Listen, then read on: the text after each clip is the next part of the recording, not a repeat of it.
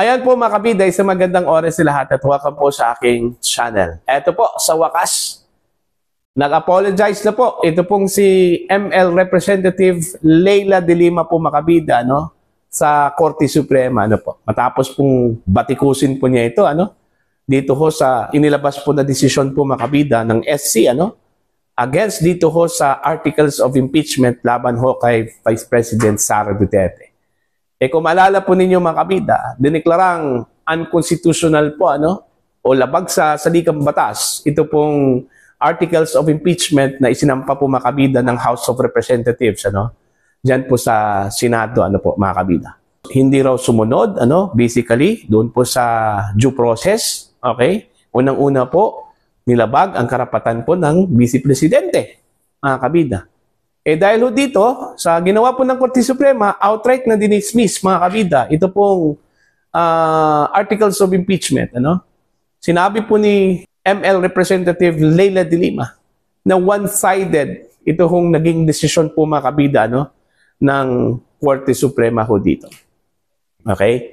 Actually, pangalawang strike na po ito ni de Lima sa Korte Suprema. Kung maalala po ninyo mga kabida, bago ho naglabas ng desisyon, ito pong SC, binatikos po ni de Lima ito pong Korte Suprema dahil ho sa ginawa hong pag-require ng Korte Suprema sa House of Representatives, na sagutin yung mga series of questions, na sa tingin po ni de Lima po makabida, sobra na. Okay? Overreach na po. Meron pong overreach. Ito hong action po ng Korte Suprema. Ang ibig sabihin po makabida, sumobra na po sa kanila hong mandato, sa kanila pong kapangyarihan po. Alright? Eto, babasahin ko lang itong balita mula mismo mga kabida sa The Manila Bulletin. Eto, ang kanila pong headline po mga kabida, I'm sorry, de Lima walks back on SC tirades, says ruling on VP Duterte case wasn't one-sided. Ito, at least nahimasmasan po. Ito pong si de Lima, mga kabida. Babasahin ko lang po itong balita po nila, mga kabida. Mamamayang Liberal Party List Representative Leila de Lima issued an apology on Saturday afternoon, July 26, to the Supreme Court after she described its dismissal of Vice President Sara Duterte's impeachment case as one-sided. De Lima, a former senator, admitted to releasing her scathing statement on the SC before she could read its decision on the Vice President petition to dismiss for violation of one-year bar rule on impeachment complaints. I regret and most humbly apologize to the SC for characterizing the impeachment decision as ex parte, De Lima said. That portion of my statement saying House was not given an opportunity to comment on the impeachment petition was grossly ill-advised as it was based on patently wrong information, she said. The House of Representatives is the main respondent in the impeachment case. Definitely, it is not my intention to falsely accuse the SC of not considering the side of the respondent House of Representatives. It is plainly evident in the decision which I was able to read only after the release of my statement yesterday that the House comment in the two impeachment petitions were indeed considered by the court, she said. There is no excuse for this mistake, and I bear full responsibility for the same, underscored de Lima. In her remarks Friday, shortly after the SC decision was made public, de Lima slammed the ruling as not only unprecedented, it is procedurally questionable.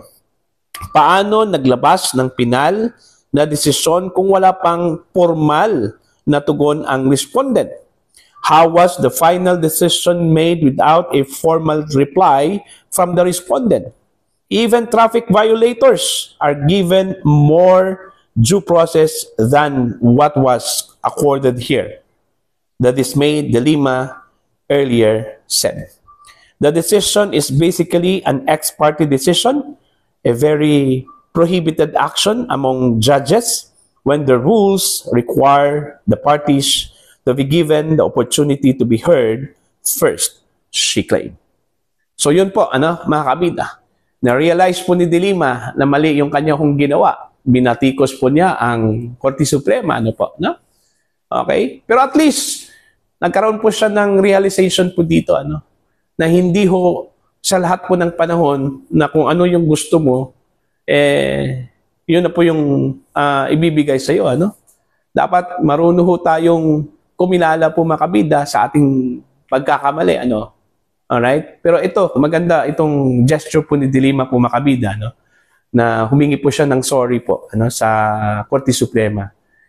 Kung tutuusin po mga kabida, ang SG po ay ginawa lang po nila yung kanilang trabaho, Yung kanila pong mandato po dito, Para at least mabigyan po ng linaw, mga kabida, na yung action po ng House of Representatives, tama ba yun?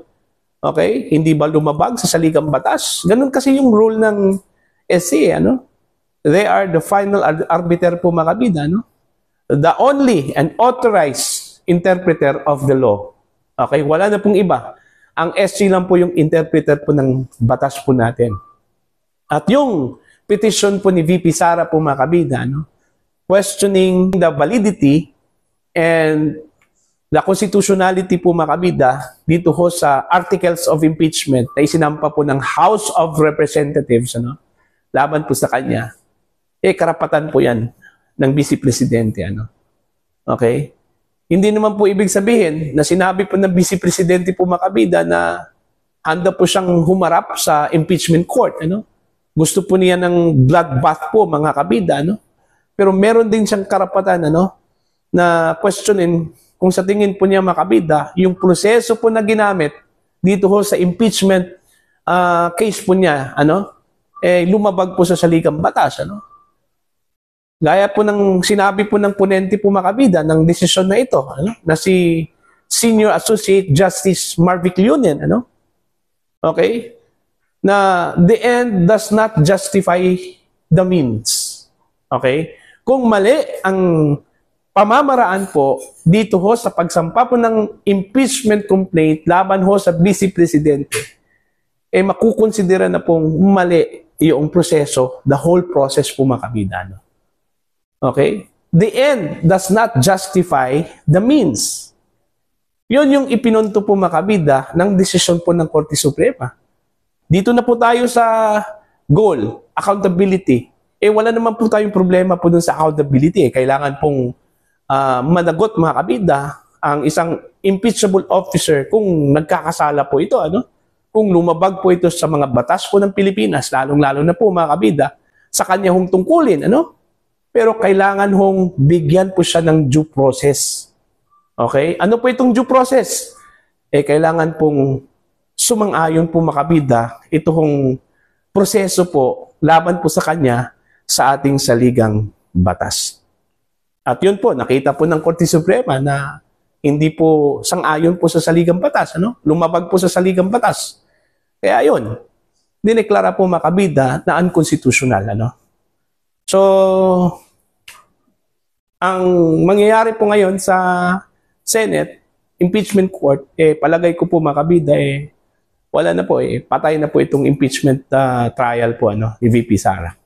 Kasi, naglabas na po ng statement ito pong si Senator Chis Escudero, yung sure na magiging Senate President po sa 20th Congress po makabida, na they will abide sa decision po ng Korte Suprema po makabida. Kasi unang-una po, the Supreme Court is the highest court of the land. Wala na pong iba, mga kabida, na pwede hong tumalo at pwede hong pumigil sa decision po ng Korte Suprema.